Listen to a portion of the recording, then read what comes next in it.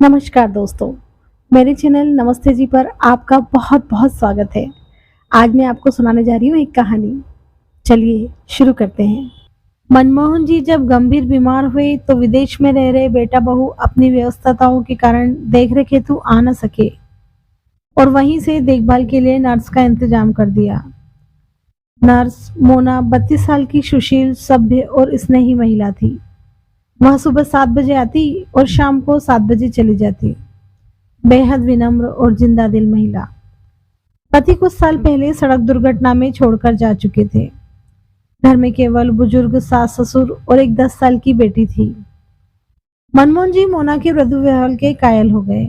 ऐसा लगता था मानो क्रोध पर विजय पाई हो उसने। मोना की स्नेह भरी देखभाल और दवाइयों के असर से मनमोहन जी की तबीयत में सुधार होने लगा था।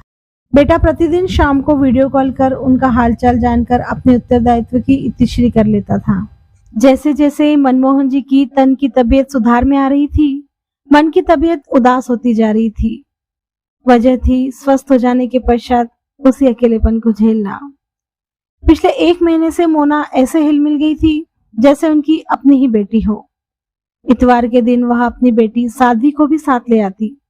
उसकी प्यारी प्यारी भोली बातों से रविवार बड़ा सुकून भरा लगता था। मनमोहन जी चाहते थे मोना यहीं रह जाए, लेकिन वह होममेड नहीं थी, नर्स थी। उसके जाने भर के ख्याल से बुढ़ापे का अकेलापन उनकी बेचैनी बढ़ा देता। जब तक मोना घर में रहती, यह बड़ी सी इमारत घर लगने लगता। शाम को उसके जाने के बाद यही घर भूतहा बंगला बनकर उसको डराने को दौड़ता। खैर, चाहने से क्या होता है। वह दिन भी आ गया जिस दिन मोना का उस घर में अंतिम दिन था। मनमोहन जी पूर्णतः स्वस्थ हो चुके थे। देखभाल के खर्च और मोना के कार्य का भुगतान उनका बेटा ऑनलाइन कर चुका था। सुबह से ही मनमोहन जी का दिल बड़ा भारी था। ऐसा महसूस हो रहा था जैसे अपनी बेटी को विदा कर रहे हों। इतवार था, सो साध्वी भी आई थी उनके साथ। शनिवार को उसके लिए लाई ड्रेस, शूज, खिलौने, मिठाई बड़े प्यार से उसे दुलार करते हुए उन्होंने थमाई। साध्वी यह सब लेने के लिए झिझकी और अपनी मम्मी की तरफ देखा।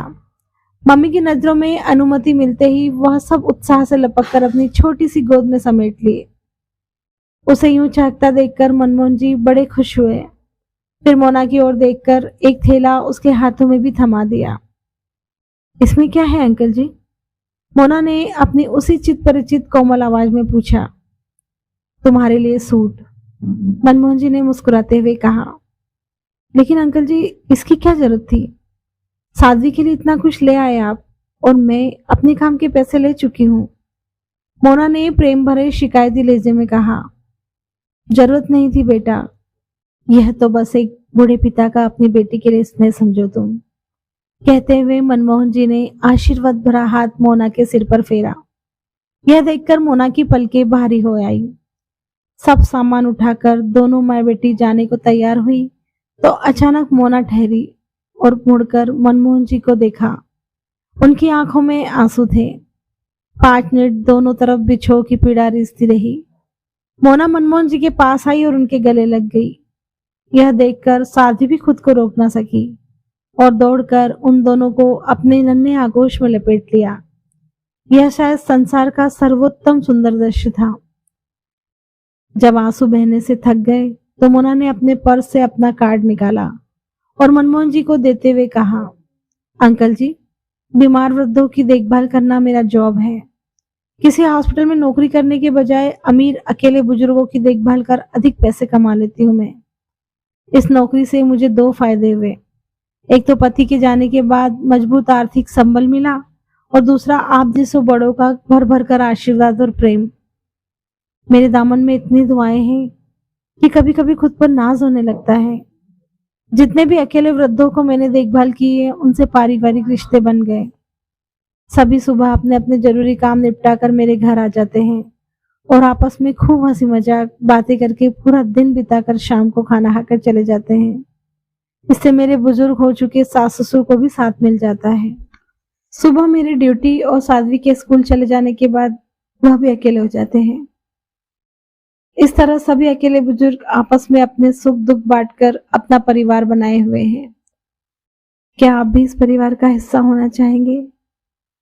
मनमोहन जी ने कार्ड हाथ में लिया और पुनः मोना को जी भर के आशीर्वाद देते हुए कहा, तुम कितनी नेकदिल इंसान हो बेटी। तुम्हें जन्म देने वाले धन्य हैं जिन्होंने सचमुच एक मनुष्य को जन्म दिया है। जरूर बनूंगा तुम्हारे परिवार का हिस्सा, जरूर। कहते कहते मनमोहन जी का गला रुक गया। तुम्हारे नहीं, हमारे परिवार का हिस्सा बोलो दद्दू। और मम्मी तो रोजाना शाम को आती है, लेकिन मैं जल्दी आ जाती हूँ। अटेंडेंस में ही लेती हूँ सबकी। साध्वी की इस बाल सुलभ बातों ने तीनों के चेहरे पर प्यारी सी मुस्कान ला दी और तीनों फिर से गले लग गए। यह सचमुच संसार का सबसे सुंदर पल था। कुछ नए से अधूरे लोग अपने स्नेह से एक दूसरे के जीवन में प्रेम और खुशियों को भर रहे थे। यह सचमुच एक पूरा परिवार था। धन्यवाद दोस्तों, फिर मिलते हैं एक नई कहानी के साथ। अगर आपको मेरी कहानी पसंद आई हो तो लाइक, शेयर और मेरे चैनल नमस्ते जी को सब्सक्राइब जरूर करें और साथ ही बेल आइकन जरूर दबाएं ताकि मेरी कहानियां आप तक पहुंचती रहें। धन्यवाद।